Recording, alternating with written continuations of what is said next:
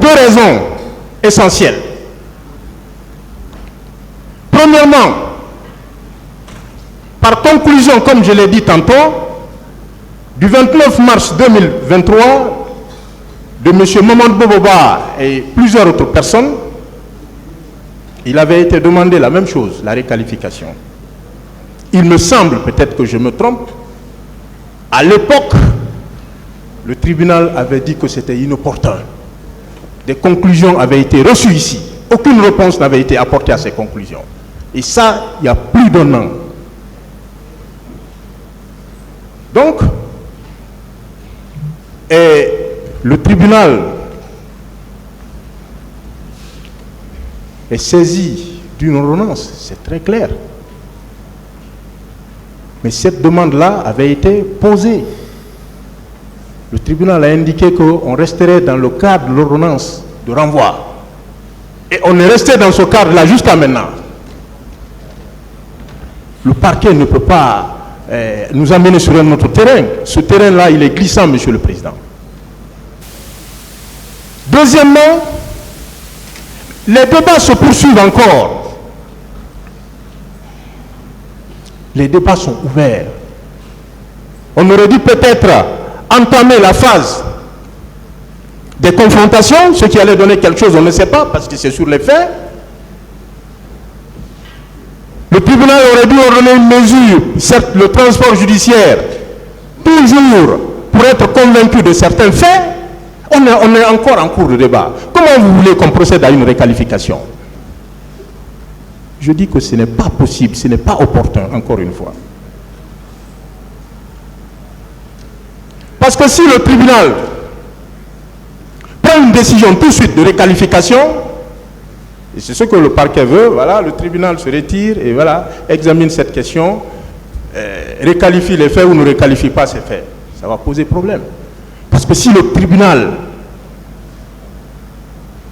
se retire pour dire, voilà, nous réqualifions les faits qui étaient considérés comme crimes de droit commun en crimes contre l'humanité, on aurait déjà condamné nos clients avant l'heure. Nos clients auraient connu leur sort avant l'heure. Pourquoi le tribunal n'attendrait pas dans sa décision pour voir la position qu'il faut prendre en fonction des débats qui sont encore ouverts? On aurait jugé nos clients, c'est terminé. Mais pour l'heure, nous contestons. Nous disons qu'ils sont innocents. Le colonel Moussa Tchebolo Kamara est innocent. Aucune preuve n'a été apportée ici. Aucune preuve de sa responsabilité, en tout cas du point de vue pénal.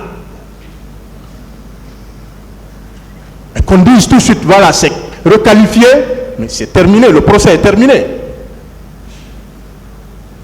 Je n'ai pas encore plaidé et je ne voudrais pas que le tribunal décide, que le tribunal tranche en répondant tout de suite à cette demande de réqualification comme le voudrait le parquet.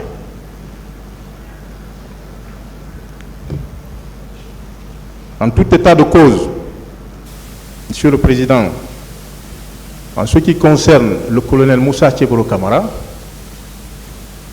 c'est en toute connaissance de cause que les juges d'instruction l'ont renvoyé devant ce tribunal pour être jugé des faits qualifiés de crimes de droit commun. Il n'a jamais été inculpé pour des faits qualifiés de crimes contre l'humanité. Et il n'a jamais été renvoyé devant ce tribunal pour ces faits. Je ne vois pas comment, à ce stade, on pourrait procéder à une réqualification. Je disais tout à l'heure, subsidiairement, qu'il y a des erreurs dans les réquisitions du ministère public. Le ministère public doit saisir l'occasion pour corriger ces erreurs-là. Il ressort des réquisitions du procureur que le colonel est accusé de meurtre, de complicité, de vol à main armée,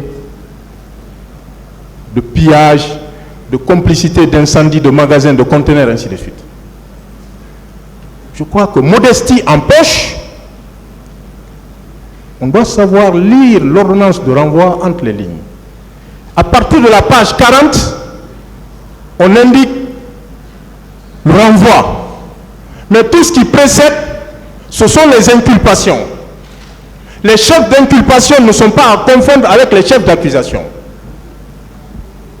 Pour ce que je sache, le colonel Moussa Tcheboro Kamara n'est pas renvoyé devant ce tribunal pour être jugé pour des faits de vol à main, de complicité de vol à main armée. Non. C'est une erreur.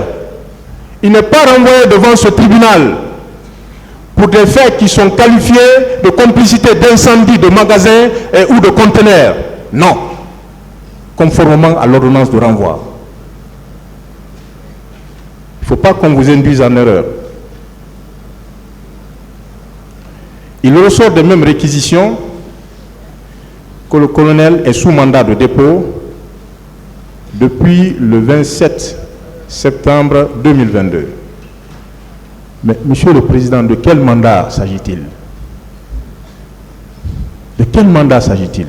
Ce mandat n'est pas au dossier, à moins que ce mandat ne soit fabriqué et inventé. Ce mandat n'est pas au dossier. Le colonel a été embarqué ici devant tout le monde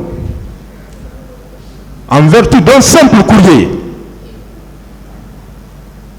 On nous a indiqué qu'il s'est constitué prisonnier. Comment aujourd'hui on peut nous parler de mandat qu'on n'a pas reçu? Nous avons protesté jusqu'à la maison centrale. Nous avons demandé aux régisseurs de ne pas les recevoir.